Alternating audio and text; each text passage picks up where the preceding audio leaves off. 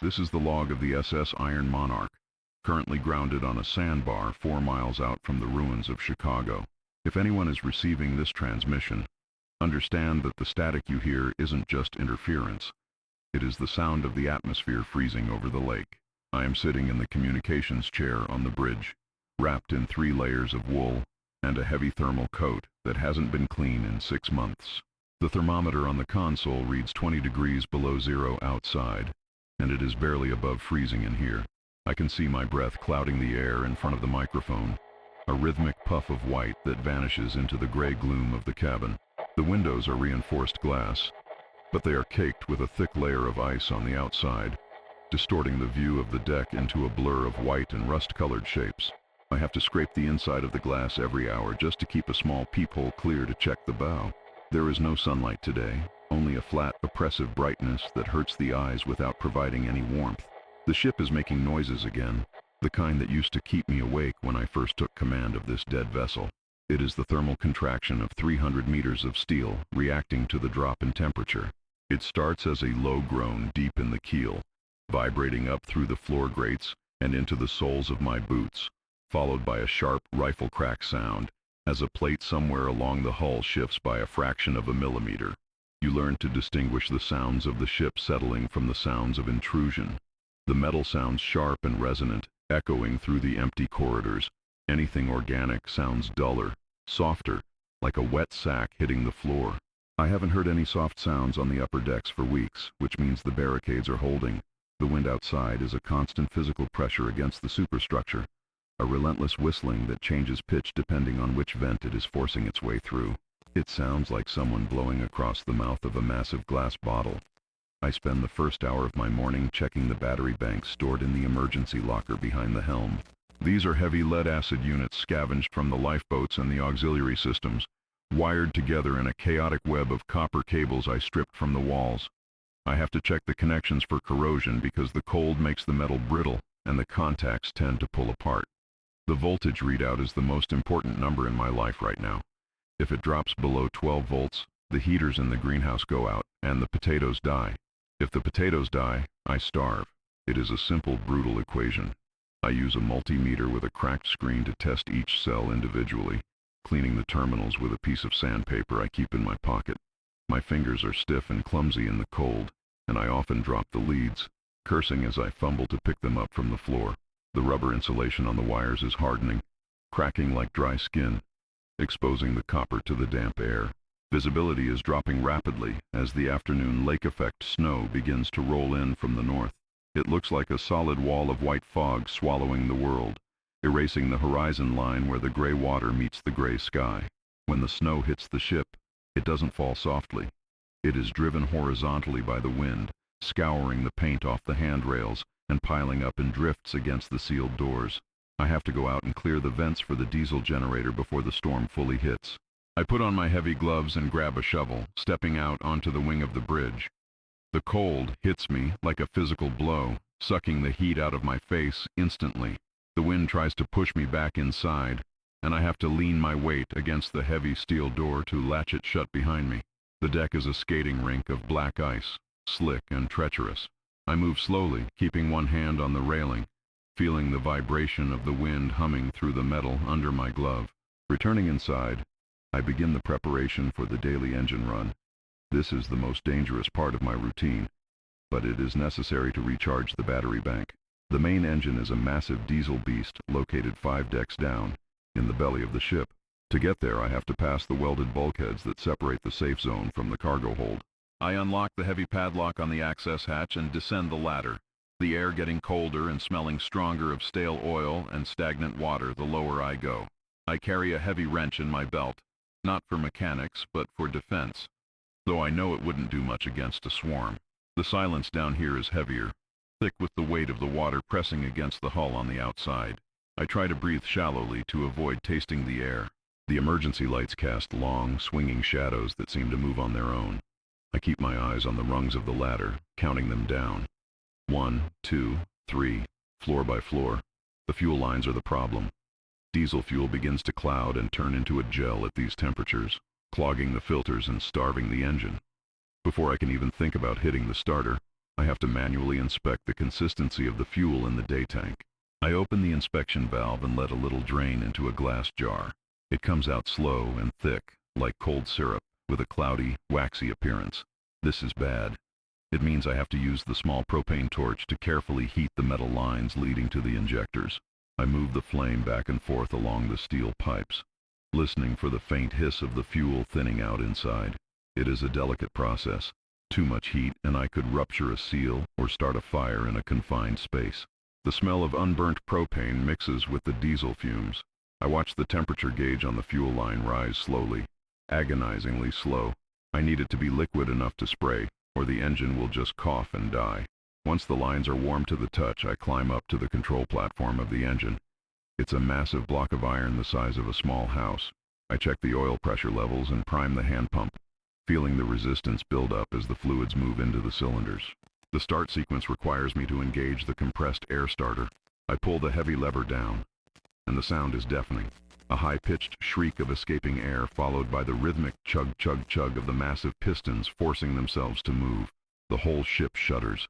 The floor plates rattle against their frames, and dust falls from the overhead pipes. I watch the RPM needle bounce and struggle before finally settling into a steady, thunderous rhythm. The noise is incredible, a steady pounding that drowns out the wind and the creaking of the ship. It is the sound of power, but it is also a dinner bell. The vibration of the engine travels through the steel skeleton of the ship, down into the cargo holds and the lower crew quarters where I welded the doors shut 8 months ago. Almost immediately I hear the response. It isn't a human sound. It is a chaotic, frantic banging against the metal bulkheads, a rhythmic thumping that syncs up with the beat of the engine. They are awake. They feel the vibration, and they hate it, or they want it. I don't know which. I stand by the engine controls, watching the voltage meter on the wall climb slowly as the generator kicks in. The banging from below gets louder, sounding like hammers striking an anvil. I can hear the metal of the doors groaning under the pressure of bodies slamming against them. I try to ignore it, focusing entirely on the needle of the voltmeter, willing it to move faster. I need 1 hour of charge, just 1 hour of this noise. I spend the charging hour patrolling the perimeter of the engine room, checking for leaks. The vibration loosens nuts and bolts over time, and a fuel leak now would be catastrophic. I use a rag to wipe down the accumulation of oil on the valve covers, my eyes constantly darting to the shadowed corners of the room. The lighting is dim, powered by the very engine that is running, flickering in time with the piston strokes. The noise of the infected below is a constant backdrop, a reminder of what is waiting just a few inches of steel away. I put my hand against the bulkhead that separates the engine room from the crew quarters. I can feel the impacts physically. Sharp jolts against my palm. They don't stop. They don't get tired. They just keep hitting the wall with a mechanical persistence that makes my stomach turn. I check my watch. 40 minutes to go. When the hour is up, the silence that follows the engine shutdown is more terrifying than the noise. I cut the fuel flow, and the massive machine coughs, sputters, and spins down into stillness. The lights flicker and switch over to the battery power I just generated. The ringing in my ears persists for a few minutes, masking the other sounds. As my hearing returns, I notice that the banging from below has stopped. They settle down when the vibration stops, returning to whatever dormant state they exist in. I quickly check the fuel levels. I used more than I wanted to today. The cold makes the engine inefficient. I gather my tools, check the padlock on the hatch one last time, and begin the climb back up to the bridge. The ascent feels longer than the descent. My legs burn, and the cold air of the upper decks hits me as I climb higher, drying the sweat on my forehead instantly. Back on the bridge, the atmosphere is different. It is my sanctuary, my control center. The smell here is less industrial, more like old paper and dry dust. I check the battery monitors immediately. We are at 90% charge. That should last 24 hours if I am careful with the lights and the radio. I sit in the captain's chair and look out at the white void of the storm. The ship feels dead again without the engine running. Just a cold metal shell sitting in the ice. I take a sip of water from my canteen. It tastes metallic, distilled from the lake water I collect. I have to add mineral drops to it, so it doesn't leach the nutrients out of my body. Survival is a chemistry set. Everything has to be measured, calculated, and balanced. There is no room for error when the margin is this thin. Let's talk about the doors, the ones I mentioned earlier. I check the welds on the main access corridors once a week. I use a mirror attached to a stick so I can inspect the underside of the seams without getting too close. The welding I did was messy. Panic makes for ugly beads, but it is solid. I used heavy steel rods to cross-brace the frames, melting them directly into the bulkheads. The heat distorted the paint, leaving black scorch marks that look like scars on the white walls. Sometimes, when the ship settles, I worry that a weld might crack. A hairline fracture is all it takes for the leverage to change. If they can get a finger in, they can pull. And if they can pull, the metal fatigues. I trace the lines of the welds with my flashlight, looking for any sign of bright, shiny metal that would indicate a fresh break. So far, it holds. The barrier between me and the mainland is the water. But the water is treacherous. The ice around the ship isn't solid. Because we are grounded on a sandbar, the currents move around the hull, creating unstable shifts in the ice sheet. It breaks and refreezes constantly, creating a jagged landscape of sharp shards and black pools. This is good for security. The infected, the ones on the shore, they don't navigate well. They see a straight line and they take it. I've seen them try to cross from the city. They walk onto the ice, slip and fall. If they fall into the water, the thermal shock should immobilize them. But I don't rely on should. I watch the ice through binoculars. I look for dark shapes that aren't moving with the wind. I look for trails. So far, the lake is doing its job. The moat is active. The cold is an enemy, but it is also a preservative. The food stores I have in the galley freezer are naturally frozen, requiring no power. Canned goods, dried pasta, bags of rice. But you can't live on dry carbs forever. Your gums start to bleed. Your energy crashes. That brings me to the hydroponics. I converted the captain's day cabin into a greenhouse. It's the most insulated room on the upper deck, lined with wood paneling that helps hold the heat. I covered the windows with thermal blankets and rigged up a system of UV lamps powered by the batteries. It glows with a strange purple light that feels alien against the gray of the outside world. Entering that room is like stepping into a different planet. The air is humid, smelling faintly of wet dirt and crushed leaves. It is the only place on the ship that smells like life. I am growing potatoes in plastic tubs filled with a mix of soil I scavenged from the ship's decorative plants and compost I make from my own waste and food scraps. It's a closed loop. The plants are pale, struggling against the artificial light, but they grow. I check the leaves for yellowing, a sign of nutrient deficiency. I talk to them sometimes. Not crazy talk, just technical observations spoken aloud. Leaf structure is weak, or soil moisture is adequate. The sound of a human voice, even my own, helps break the monotony of the wind. I harvest the leaves of the beets sparingly, eating them raw to save the vitamins that cooking would destroy. They taste bitter and earthy, but my body craves them. I count the potatoes like gold coins. Each tuber is a day of life. Water collection is a constant chore. I can't pump from the lake directly. The intake valves are frozen solid or buried in the sandbar. Instead, I harvest the snow and ice that accumulates on the deck. I have a large plastic tarp rigged up to catch fresh snowfall, keeping it off the dirty deck plates. I shovel the snow into a large metal drum I set up in the galley. I use a small camping stove to melt it, filtering the liquid through a stack of coffee filters and clean rags to catch the particulates. The resulting water is dead. No minerals, no taste. It sits in my stomach like a stone. I have to be careful about the fuel for the stove. I use canisters of butane I found in the ship's emergency lockers.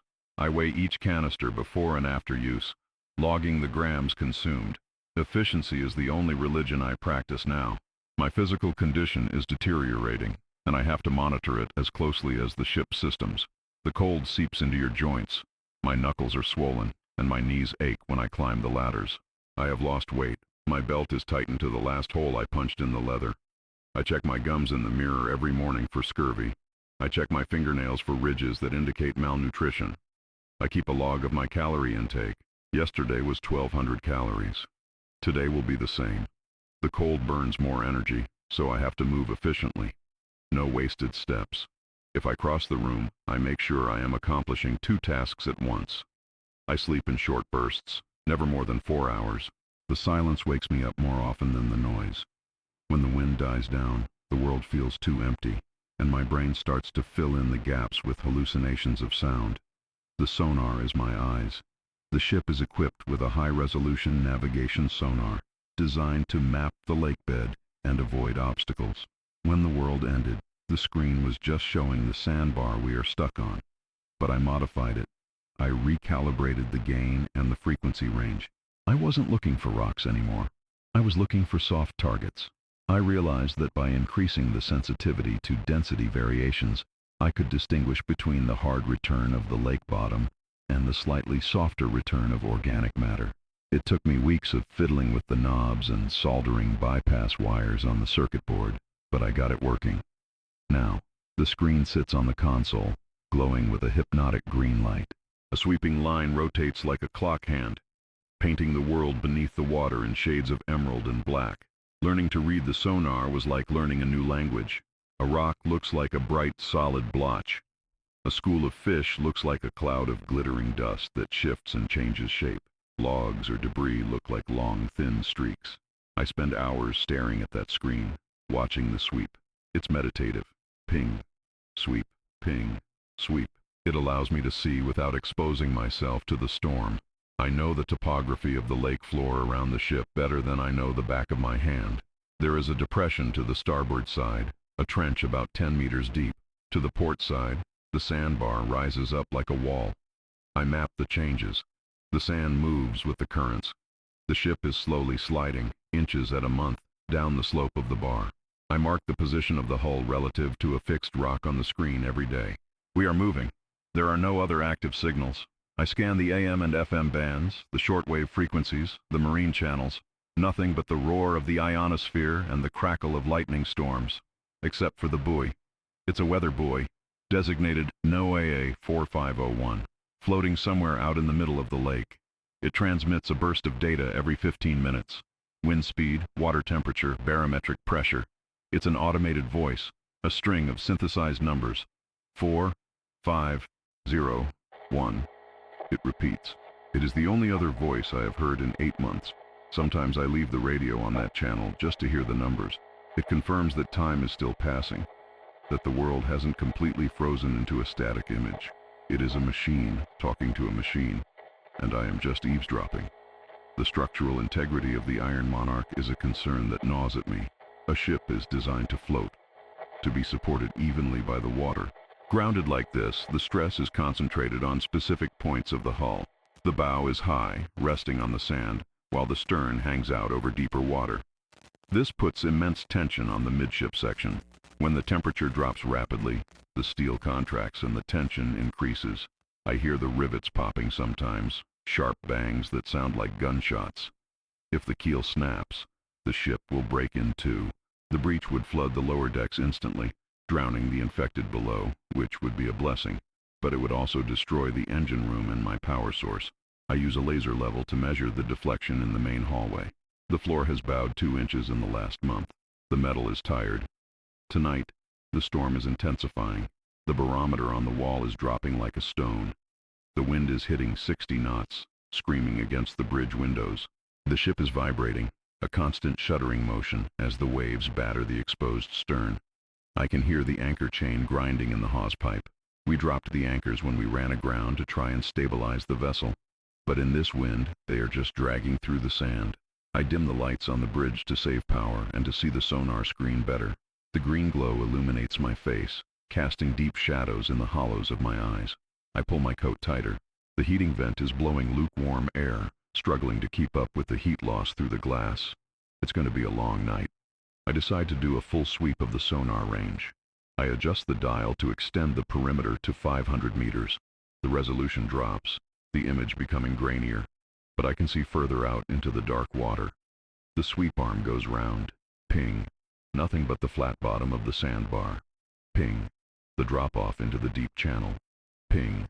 The debris field from a wrecked pleasure craft to the south. It's all familiar. I know every pixel of this landscape. I lean back in the chair, rubbing my eyes. The fatigue is heavy tonight. The rhythmic sound of the sweep is almost a lullaby. I have to force myself to stay alert.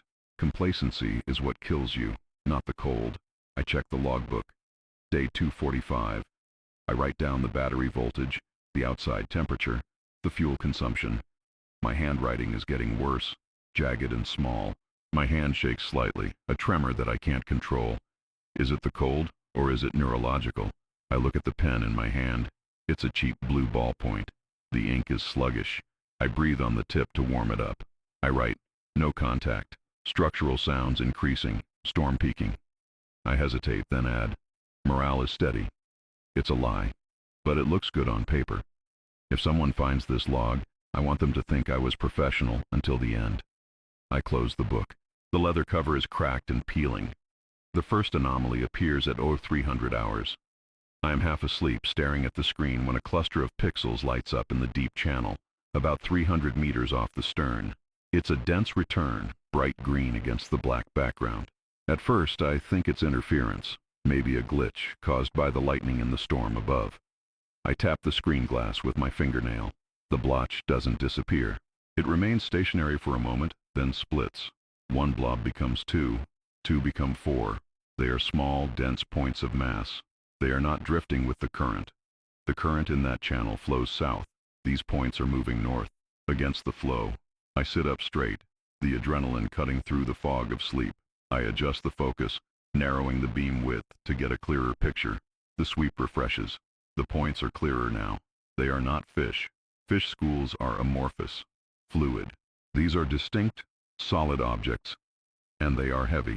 I can tell by the intensity of the return signal. They are moving along the bottom of the lake, dragging through the silt. They are slow, methodical. I count them, 10, 12, 20, a tight formation. I check the depth, 40 meters down. The pressure there is immense. Nothing survives down there without a submarine. Nothing breathes. I grab the headphones and press them to my ears, switching the sonar to audio mode. Usually this just gives you a series of clicks and static. But with the modification, I can hear the texture of the return. I close my eyes and listen. Swish, crunch, swish, crunch. It's a rhythmic sound, but it's not mechanical. It sounds like footsteps, heavy boots sinking into mud, pulling free and sinking again. But slower, much slower. It sounds like a march in slow motion. The hair on the back of my neck stands up. I look at the screen again. The group is getting larger. More dots are appearing from the edge of the scan range, joining the main cluster. They are converging on the ship's position. I check the wind speed. The storm is howling, masking any noise from the outside. If anything were surfacing, I wouldn't hear it over the gale, but they aren't surfacing. The depth reading is constant. They are staying on the bottom. I try to rationalize it. Maybe it's a landslide underwater, a shift in the sediment, but landslides don't move upstream. Landslides don't hold formation. I watch the distance indicator, 250 meters. They are closing the gap. I feel a cold sweat break out under my heavy coat. This is impossible. The physiology doesn't work. The pressure, the freezing temperature, the human body would collapse. Unless it doesn't care about the body anymore. I reach for the radio microphone, my thumb hovering over the transmit button. Who would I call? The buoy? The static? I put the mic down. I need to be sure. I need visual confirmation, but there is no way to see 40 meters down in a blizzard at night. I am blind, except for the green radar eye. I watch the dots move. They are bypassing the deep water trench, skirting around the edge of the drop-off to reach the slope of the sandbar. They are navigating. That thought chills me more than the temperature. The infected I've seen are mindless, driven by rage and noise. These things, they are moving with purpose. They are coming for the source of the vibration. They are coming for the Iron Monarch. I stand up and pace the small bridge. I check the door locks. I check the shotgun mounted under the console. It's loaded, but what good is a shotgun against something under 40 meters of water? I look out the window. The snow is a swirling vortex of white. I can't even see the bow of the ship anymore. We are completely isolated. I look back at the screen. The cluster has stopped moving. They are at the base of the sandbar slope, 200 meters out. They have paused. Why? Are they regrouping, sensing, or are they waiting for a signal? The green light pulses. Ping, ping. The dots are still there, glowing like radioactive embers, waiting. The cluster on the sonar screen has remained stationary for 10 minutes. I am running calculations in my head, trying to make sense of the physics. A human body is generally buoyant due to gases in the gut and air in the lungs. For them to be walking on the bottom, they must be flooded. Their lungs are full of water, their tissues saturated. They are dense, heavy objects. At this depth, The water temperature is a constant 4 degrees Celsius. It's cold enough to arrest decomposition, but warm enough to keep the muscle tissue pliable. They aren't frozen solid like the ones on the surface. They are in a state of cold preservation. They are efficient hydraulic machines, unburdened by the need to regulate body heat. They are waiting at the base of the incline because the terrain has changed. The sandbar rises steeply here. They are calculating the path of least resistance. The movement resumes. It starts with the lead elements of the cluster. The green pixels shift forward, beginning the ascent up the underwater slope. They are moving slower now, fighting gravity and the shifting sand. I can see the trail they leave behind on the screen, a disturbance in the sediment that lingers before settling. They are not swimming, they are climbing. The formation is tightening, becoming a narrow column. They are funneling toward a specific point on the ship's hull. I trace the line of their approach with my finger on the glass. It intersects perfectly with the starboard bow. That's where the anchor chain descends. The chain is a massive steel ladder linking the ship to the lake bed. I thought the sheer size of the links, each one weighing hundreds of pounds, would make it unclimbable. I was wrong. It's a ramp. I switch off the sonar audio. The scraping sound was getting to me. I need to hear the ship now. I stand up and walk to the starboard side of the bridge, pressing my ear against the cold metal of the wall. If they are on the chain, the vibration will travel up through the hawse pipe and into the deck plates. At first, there is only the wind. Then, I hear it. A dull, rhythmic clanking. Clink, clink, clink. It sounds like someone tapping a wrench against the hull far away. It is the sound of belt buckles, zippers, or perhaps just exposed bone hitting the steel links. The frequency is increasing. There isn't just one climber. There are dozens. The chain is under tension. I grab the heavy spotlight I keep charged for emergencies. I have to see this. I need to confirm the visual data before I can react. I unlock the starboard wing door. The wind tries to rip it out of my hand, slamming it back against the wall with a crash that surely alerted everything within a mile. I step out into the blizzard. The snow is blinding, stinging my exposed skin like needles. I lean over the railing, aiming the beam of the spotlight down toward the black water. The light cuts a cone through the swirling snow, illuminating the massive rusty links of the anchor chain disappearing into the dark. At first, I see nothing but ice and rust. Then, a shape emerges from the gloom. It is a hand, pale, white as the snow, gripping a chain link the size of a man's torso. Then a head breaks the surface. It is hairless, the skin slick and gray, resembling a wet seal more than a human being. The eyes are wide open, clouded white cataracts staring up into the light without blinking. It doesn't gasp for air. It doesn't shiver. It simply reaches up with the other hand, finds a grip on the next link, and pulls itself up.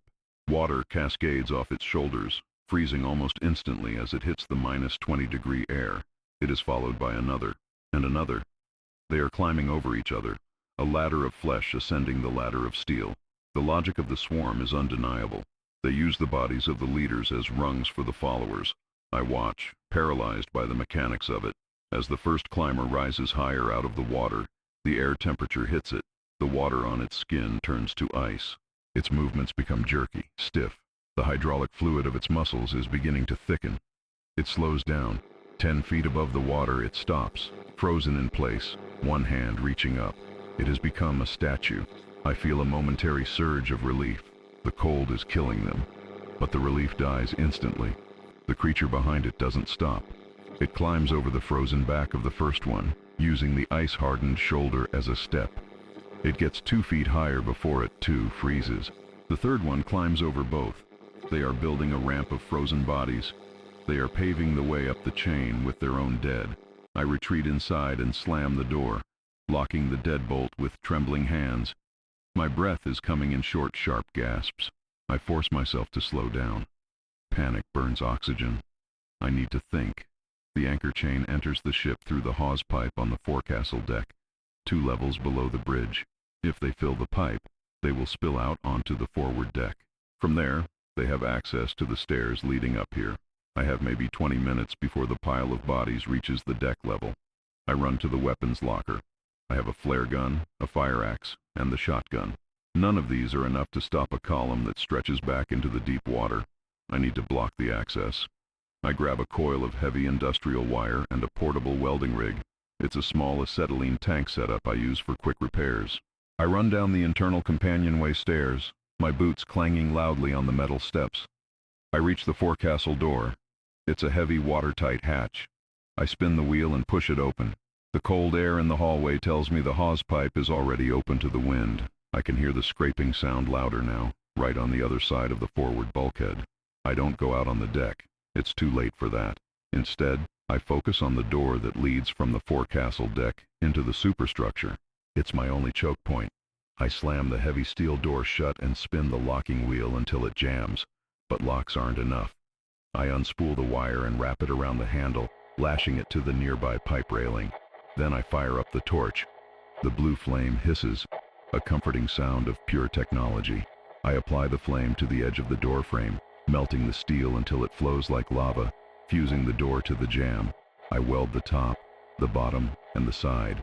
I weld until the tank runs dry. The air in the corridor is thick with the smell of ozone and burning paint. The door is now a part of the wall. If they want in, they will have to cut through steel. I return to the bridge, my legs burning from the exertion. I check the sonar again. The screen is a nightmare. The column has thickened. The entire starboard side of the bow is registering contact. They are not just on the chain anymore. They are piling up against the hull, a mound of biomass growing from the lake bed up toward the surface. The weight of them is significant. I glance at the clinometer on the wall. The ship is listing 2 degrees to starboard. They are literally weighing the ship down. This changes the stress loads on the frame. The groaning of the metal has changed pitch, becoming a higher, tighter screech. The rivets are screaming. I sit in the command chair and check the internal monitors. I have CCTV cameras rigged up in the engine room and the main corridors. The feed from the engine room is grainy, illuminated by the emergency red lighting. The vibration from the hull is agitating the crew locked below. I can see the doors to the lower levels flexing. The infected inside can sense the infected outside. It's a resonance frequency. The ones inside are throwing themselves against the welded bulkheads with renewed fury. I am sandwiched between 2 armies. One wet, one dry. The only thing separating them is me and a few inches of steel plate. A new sound cuts through the storm. It is the sound of glass breaking. Not here on the bridge, but lower down. The greenhouse.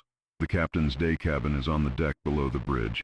The windows there are standard marine glass, not the reinforced polycarbonate I have up here. They must have reached the upper deck. I feel a sharp pang of loss, not for safety, but for the potatoes. The cold air is rushing in there right now, freezing the soil, killing the vines instantly. My food supply is gone. The ecosystem I built is dead. It took 3 months to grow those tubers. It took 3 minutes to lose them. I grab the radio mic. I don't know why. Habit, desperation. I key the frequency to the emergency channel. Mayday, mayday. This is SS Iron Monarch. Perimeter breached. Taking on biomass. Starboard list increasing. Requesting immediate. I stop. There is no one to request anything from. I release the button. The static hisses back at me, indifferent. I switch the dial to the weather buoy frequency. 4, 5, 0, 1. The numbers are comforting. The buoy doesn't care about the climbers. It just measures the wind. I leave it on low volume. A soundtrack for the end. The first thud hits the bridge window. I spin around, raising the shotgun. A shape is pressed against the glass. It's a torso, frozen solid, thrown by the wind or pushed by the crowd behind it. It slides down the icy surface, leaving a smear of black fluid. Then another face appears. This one is moving. It presses its cheek against the glass, its mouth opening and closing silently. The skin is purple, the lips cracked and blue. It doesn't look angry. It looks curious. It taps on the glass with a blackened fingernail. Tap, tap, tap. It's mimicking the sound of the sonar. It knows I am in here. It sees the heat signature. I back away from the console, retreating toward the heavy iron door of the communications room at the back of the bridge. This is my citadel. I spent the first month reinforcing this room. The walls are lined with lead, scavenged from the batteries, to block radiation, but now it serves as armor. The door is a blast door, designed to survive a boiler explosion. Inside, I have a secondary radio, a crate of water, and my logbooks. It is a coffin with an antenna. I start moving the essential hard drives and the sonar backup tapes into the room. I don't know why I am saving the data. Maybe I think there will be an autopsy of this event one day. The glass on the starboard side of the bridge begins to spiderweb. It is reinforced, laminated safety glass, but it isn't designed for the focused pressure of a dozen bodies pushing against it. I can see them piled up outside, a wall of gray flesh pressing in. The ones in the front are being crushed by the ones behind. Their faces are flattened against the pane, distorted and grotesque. I can hear the laminate layer tearing, a sound like Velcro being ripped apart slowly. The thermal barrier is failing. The temperature on the bridge is dropping rapidly. I can see my breath in thick clouds now.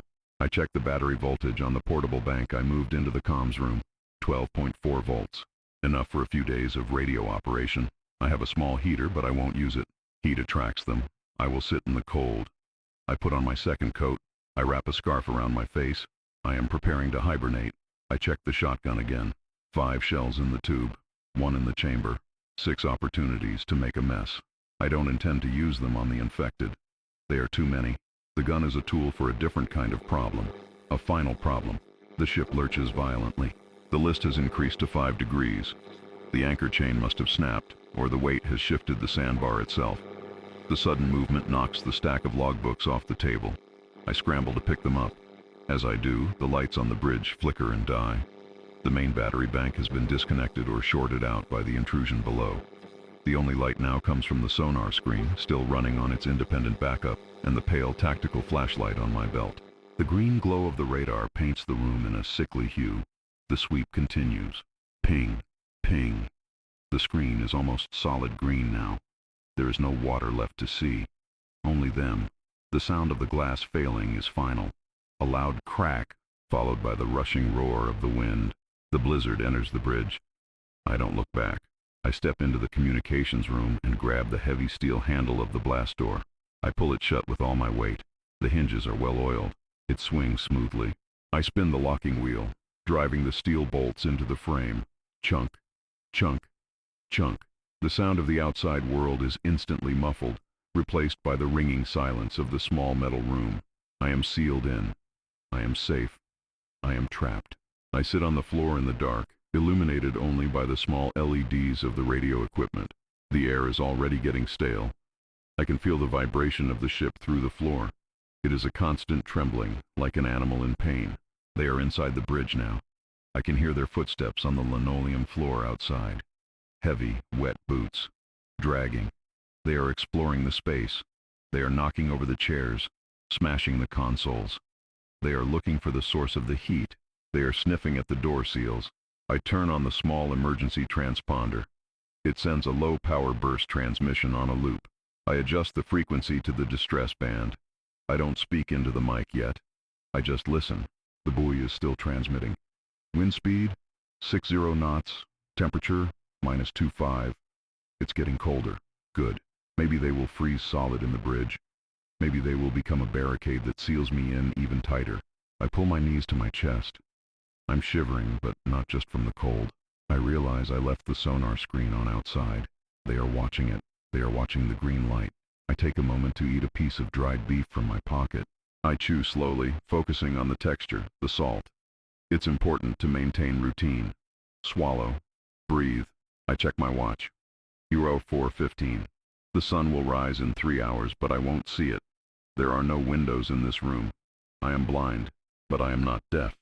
The scratching starts on the door. It is tentative at first, like a dog asking to be let in. Then it becomes harder. Metal on metal. They are using tools? No, they are using the debris. A piece of the railing? A fire extinguisher? The banging is irregular, lacking the rhythm of the engine, but possessing a terrifying persistence. I open the logbook to a fresh page. The paper feels damp. I write, bridge lost, greenhouse lost, currently secure in comms citadel. External threat has adapted to vertical structures. Swarm behavior observed. Ramp construction using frozen casualties. Intelligence level, low, but hive mind mechanics valid. I pause. I need to be more specific. Do not engage near water. Do not trust elevation. I underline, do not trust elevation twice. The ink is barely flowing. The ship groans again, a deep, resonant sound that seems to come from the very keel. We are sliding. The extra weight on the starboard side is dragging us off the sandbar. If we slide into the deep channel, the ship will capsize. If we roll over, this room becomes a tomb at the bottom of the lake. I have to hope the sand holds. I have to hope the ice locks us in place. I close my eyes and visualize the hull sitting on the sand. I will it to stay put. I am the captain of a sinking island. I hear a new sound, a hiss. It's coming from the vent above my head. The ventilation system connects this room to the bridge. I close the louvers, but they aren't airtight. I can smell them. It's a smell like thawed meat that has been left in the sun, mixed with the sharp tang of ozone and lake water. They are breathing into the vents. Or maybe the wind is just pushing their scent in. I grab a roll of duct tape and stand on the crate to seal the vent. My hands are shaking so bad I can hardly find the edge of the tape. I layer strip after strip over the grill until it is a silver patch. The smell fades, but the knowledge remains. They are right above me. I sit back down. The radio crackles. A burst of static that sounds almost like a voice. I lean in, turning up the gain. Anyone? Copy. It's faint, buried in the noise floor. My heart hammers against my ribs. Is it real? Or is it the auditory hallucinations starting again? I grab the mic. This is Iron Monarch. I copy. Repeat. I copy. I wait. Silence. Then the static rolls back in. North. Sector. Burning. It's a fragment. Someone is out there. Someone is dying. It doesn't help me, but it makes me feel less alone. We are all dying together in the dark. The banging on the door stops. The silence is sudden and absolute. Why did they stop? Have they frozen? Did they lose interest? Or did they find another way? I press my ear to the heavy steel of the door. I hear a high-pitched whining sound. A drill? No, impossible. It's the sound of stress. The door frame is warping. The weight of the ship listing is twisting the superstructure. The door is jamming tighter into the frame. That's good. It seals it better. But it also means I might never get it open again. I am welding myself in with the ship's own weight. I check the oxygen levels. The room is small, maybe 10 feet by 10 feet. I have passive scrubbers, chemical pads that absorb CO2, but they are old. I have maybe 48 hours of air if I stay calm. If I panic, maybe 24. I need to lower my heart rate. I start to count the rivets on the wall. 1, 2, 3, 4. The monotony is a shield. I focus on the geometry of the room. It is a perfect cube of safety. Nothing can get in. Nothing can get out. Wait, the floor. The floor of the comms room is the ceiling of the chart room below. The chart room is adjacent to the main stairwell. The infected are in the stairwell. I hear a thump from beneath me. Then a scratching. They are surrounding the cube. They are mapping the box. They are looking for the weak side. The floor is steel plate, but it has cable runs, access panels for the wiring that goes down to the server room. I look at the floor plate in the corner. The screws are rusted. If they push from below, I move the heavy battery bank onto the access panel. It weighs 200 pounds. I drag it across the floor, grunting with effort. The noise covers the scratching for a moment. I sit on top of the batteries. Now I am the weight. I am the anchor. I hold the shotgun across my lap. I am ready. I am Jack. I am the engineer. I am the signal man. And I am still here. The angle of the floor has become critical. The clinometer on the bulkhead is pegged at 20 degrees starboard. I can no longer sit on the battery bank. Gravity is fighting me. The heavy lead-acid cells are sliding against the friction of the floor plates, inching toward the lower wall. I have to wedge my boots against the door frame just to stay upright. The ship is no longer just listing. It is capsizing in slow motion. The sounds of the superstructure are terrifying. A continuous screaming of tearing metal as the internal frames torque and snap. It sounds like the ship is crying out in pain. The vibration from the engine room has stopped, meaning the generator finally died or the hull breach has flooded the lower compartments. The only power left is the fading chemical energy in this room. I hear a massive, thundering groan, followed by a sensation of weightlessness that lasts for a second. We have slipped. The Iron Monarch has lost its grip on the sandbar. The friction that held us in place has been overcome by the mass of the ice, and the infected accumulating on the starboard side. We are sliding down the underwater slope into the deep trench I mapped on the sonar. The motion is smooth, sickeningly smooth. I feel the pressure change in my ears, a sharp pop that signals a rapid descent. We are going down. The bridge is entering the water. The citadel is becoming a bathysphere. The scratching on the floor and the door has stopped. They aren't trying to get in anymore. They don't need to. The water is doing the work for them. I hear the rush of liquid filling the spaces outside the room. It's a violent, turbulent roaring, followed by the heavy, muffled silence of submersion. The air pressure in the room spikes as the hull compresses. The steel walls are strong, but they aren't designed for this depth.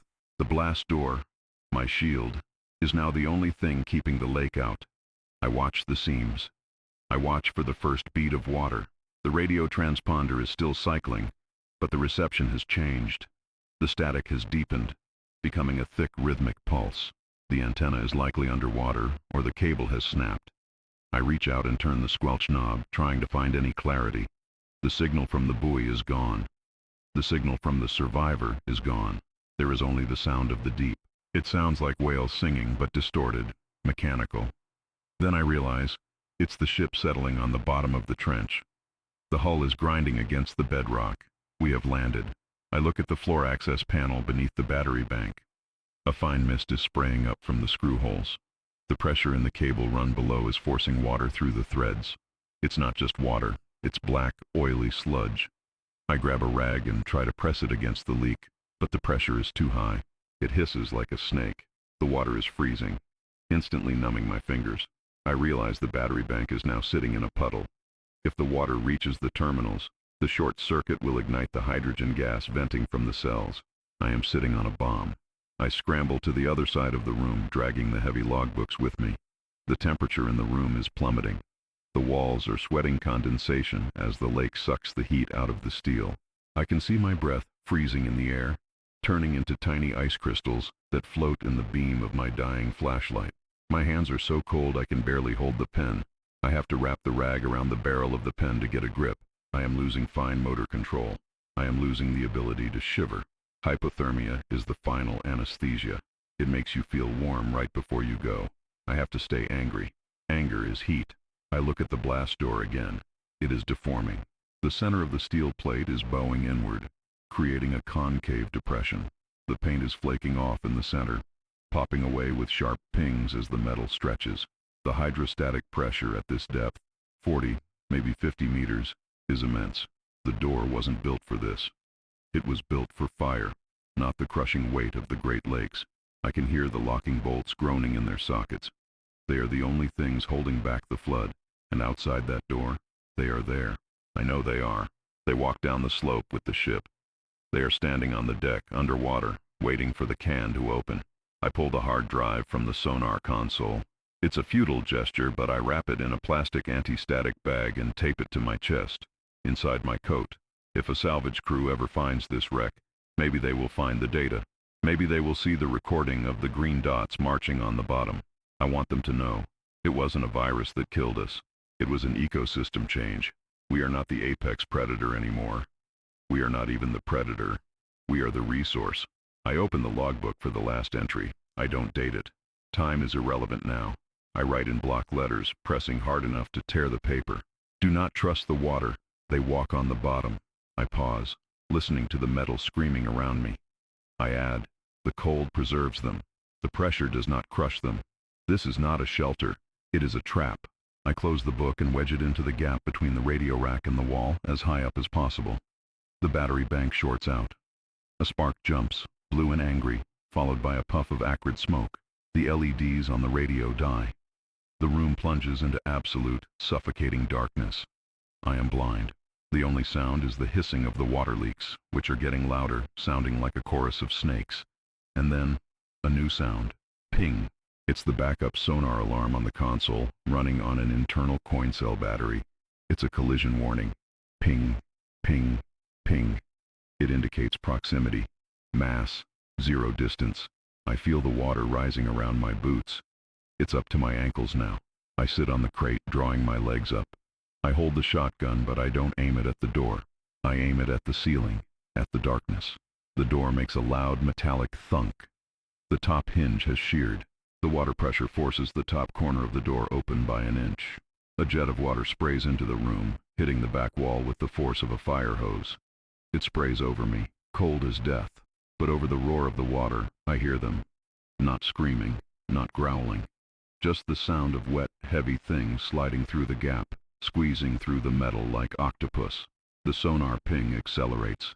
Ping, ping, ping, ping. Critical mass. The room is full.